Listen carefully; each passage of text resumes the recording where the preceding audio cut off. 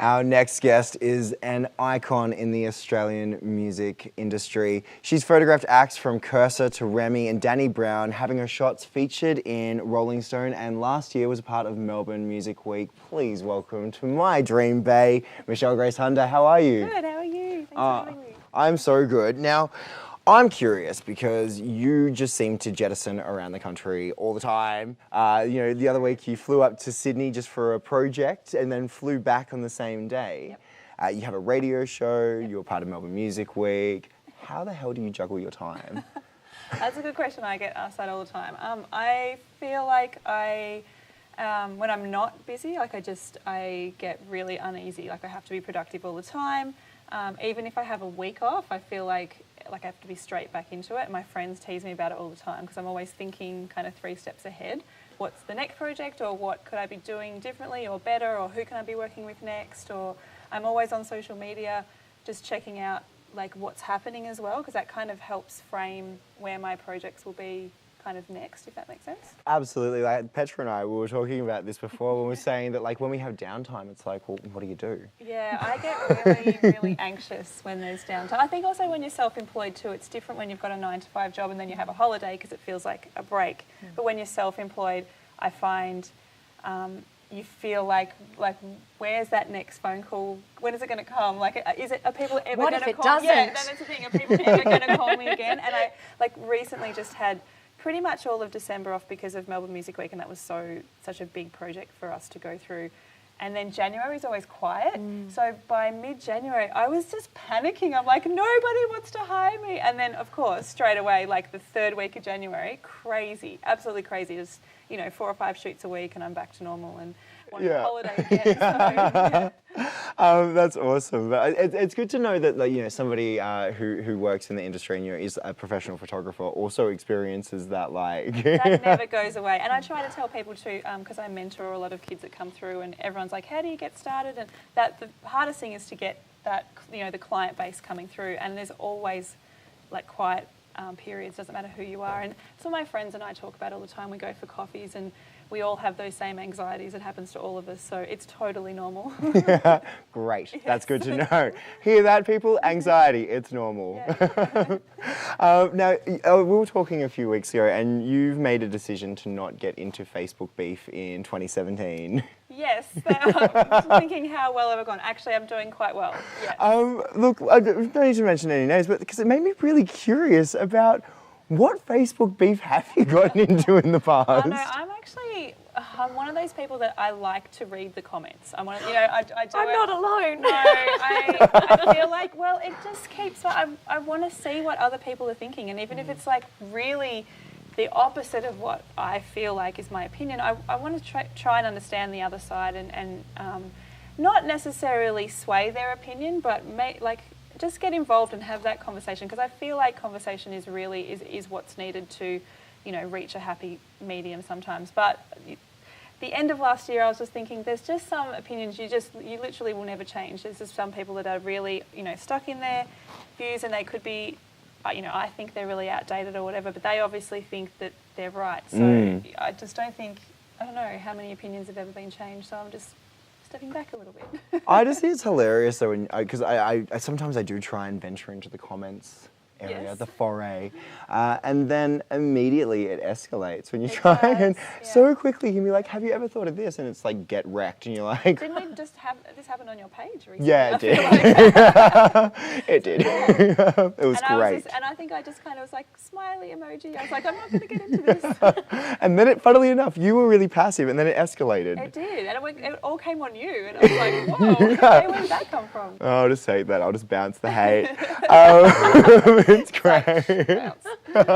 Love it. Absolutely love it. Now, you host Back to the Future on Kiss FM. Yes. With one of your longtime collaborators. Well, you did that with Her Sound, Her Story. Different people, actually. Oh, different people. Yeah. So I do Back to the Future with Luella DeVille, who's a really well-known model and writer and just an amazing all-round chick. And we do the hip-hop show on Saturday mornings, which I love, and I've been doing that for a year.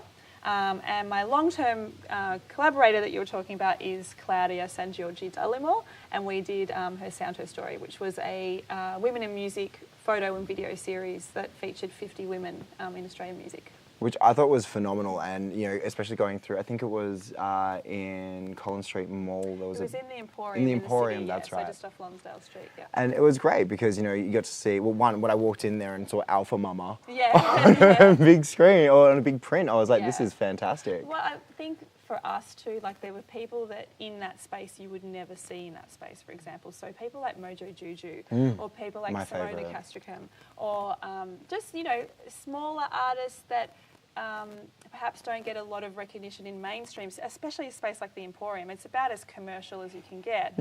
So for us, it was just like, it was amazing having these really incredible women that are doing such amazing things being profiled in this way. So yeah, it was really cool. And with your radio show, Back to the Future, now I liked it. I enjoy it. I don't get to listen to it as often as I'd like to because it's on in the morning. I know, Saturday morning. And it's on like, it's on I don't early. know anybody's listening actually, to be honest. I used to listen to it when I go home for after kick-ons. Oh yeah. Yeah, that's what I mean, like when I'd wake up after, you know, a kale smoothie, no, it was, I'll be honest, I'll be real, I tried to get Put through it on in your Saturday morning yoga. I know, it's really weird, yeah, I know, I don't know how many people are listening, but anyway, yes. Yeah, so it's, what I enjoy about it is the eclectic blend. Now, do you come up, how do you two choose what's being played? Because I can imagine you're like master of the aux cable. Yeah, no, not really, to be honest, it's pretty much 50-50, so we pick 10 songs each, and I think about between 15 and 17 usually make it. And Luella, because she's actually, she puts the playlist together and she's, I guess, essentially the DJ. So often it's really just what mixes really nicely in a nice kind of way. So that's, yeah, we try and come up with like old stuff, new stuff. We try and find female artists. We try and profile Australian artists as well. So we just try and have a really good blend every week. With the Aussie artists, because of, you know, that little coffee table book that you made. Yes, that other thing that I did, that other project. That other project, right. So for anyone at home, Michelle shot and put together a fabulous coffee table book highlighting and celebrating Australian hip-hop artists. It's actually something that I go through like at least once a week. I'm serious. But do you get, I guess, a lot of jealousy from people, or not just so much jealousy, but people going, well, why haven't you played my track? Yes. I was not prepared for that, I think. Not, yeah, like I said, not jealousy, but just there'll be a few people that I guess they don't know the right way to approach it and will just harass you on social media. So there's been a few people that have actually had to say, you need to back off because I will never play you if you keep doing that. Yeah. So, yeah, and or people that will like compliment me, like my looks. I'm like, that's not the way to do it, bro. Like, tell me I'm the best photographer in Australia. That'll probably get you played. But if you tell me, oh, you're beautiful or something, I'm like, I don't care. And I already know that. Yeah, I've got a mirror, like whatever. But yeah, it's just funny, I guess. The way, you know, I've got to respect the hustle, but I think there's, you know, if you send me an email and I listen to it, and you know, Luella and I are both digging it, then yeah, we'll play it. And sometimes it's really hard to like tell a mate as well, your track just isn't good. Mates, I'm pretty, like I like all my mates' music. So if someone's got, generally speaking, if someone's got a new track, I'll play it anyway because I'm just really excited that my friends are making music. And but I'm really excited about where Australian hip hop is heading. There's so many really amazing artists doing awesome things that's not in that traditional Aussie hip hop sound. That's the sort of stuff we're playing every week. Because lad hop does my head in. I can't handle it. Well, it's I mean, it's got its little niche and it does its needs, and not what I listen to, and I never have listened to it. But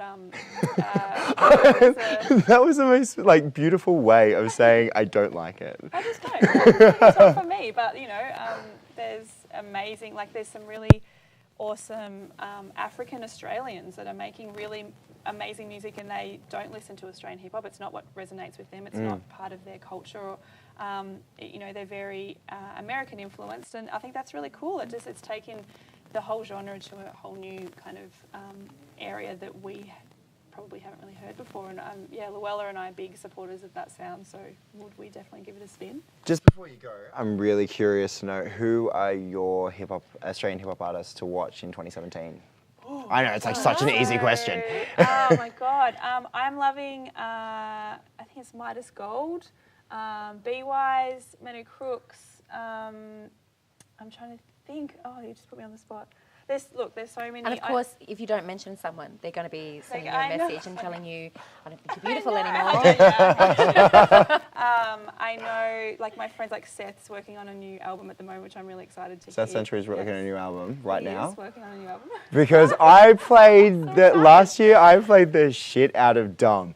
Yeah. That track just He resonated dropped a with new me. song yesterday. Have you heard that? If you like Dumb, I think you'll like the new. I just love everything about Yeah. Seth Century. I mean, yeah, from room to rent to, and I worked in hospitality for a few years, so thanks for your hospitality was just my power up track. Well, Seth lives like a minute from me, so he's a good buddy of mine. Can you just give him the biggest high five for me when you see him? Definitely. High five, yeah, totally. Awesome stuff. Well, thank you so much for hanging out with me No tonight. worries.